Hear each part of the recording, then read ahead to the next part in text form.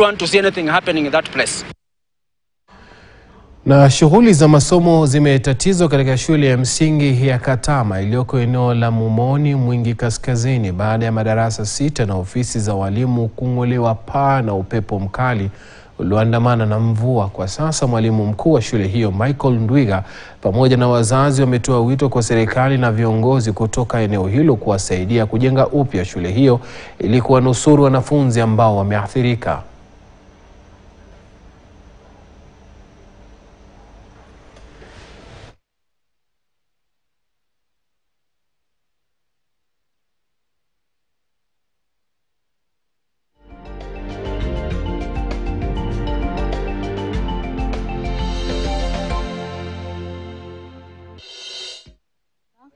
Tulitumana asubuhi kama wasasi, tukakuja tukakuta walimu wetu, tukakuta wasasi wetu, watoto wetu. Sasa wote wameongomana hapa. Sasa wanauliza tufanye nini? Walikuwa wanasema waanze mtihani kesho.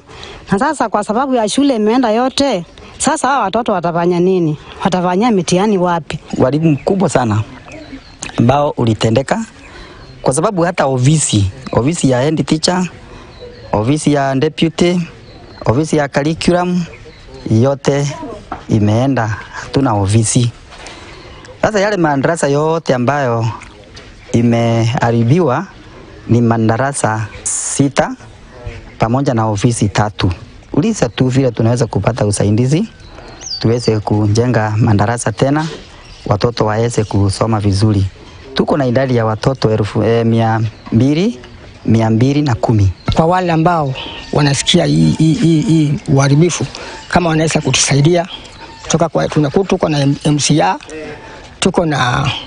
tuko na MP, hata kutoka kwa governor, na hata kama inawezekana ikifika tu kwa kuuliza, hata rais kama akifikiwa na jambo kama hili anaweza kutusaidia, maana huu uharibifu ni mkubwa sana. Wakulima wa viwango vya chini kutoka kaunti ya Kisii, Nyandarua na Meru wamepata afueni baada ya mamlaka